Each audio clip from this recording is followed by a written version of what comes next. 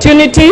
Mr. Speaker, let me take this opportunity to send my condolences to the family of William Mayange, who was killed in Maseno. Mr. Speaker, even as we speak in this house, there is a family that is grieving, and you can never recover a lost child.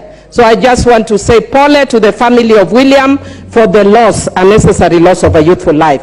Mr. Speaker, I want to say that Article 1 of the Constitution of Kenya says all sovereign power belongs to the people of Kenya and shall be exercised only in accordance with the Constitution.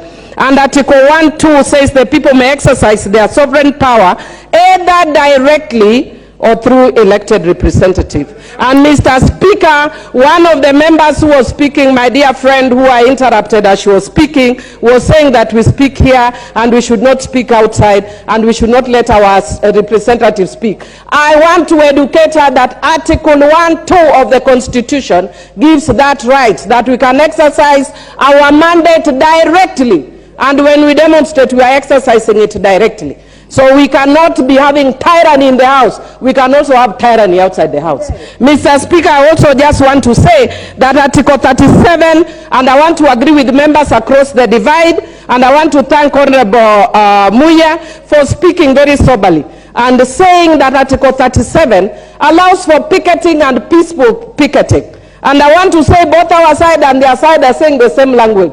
Let us have picketing which is allowed under Article 37 with no condition, because the Constitution does not give condition except peaceable picketing.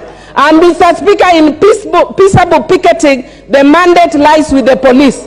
The citizen of Kenya does not have arms. Mr. Speaker, those who maintain peace and order are the police. Mr. Speaker, I also want to say that those who are killed, as we have heard from the boy who was killed in Maseno, was killed by the police. And I also want to add that when the business community restrained from doing their business, they restrained from doing their business because of fear-mongering by people like my good friend, who I don't want to mention lest he can stay per point of order. Mr. Speaker, I want to say that those who close their businesses close because of fear-mongering. And we know my friend who does fear-mongering. Mr. Speaker, because I know other members want to speak, I want to say this.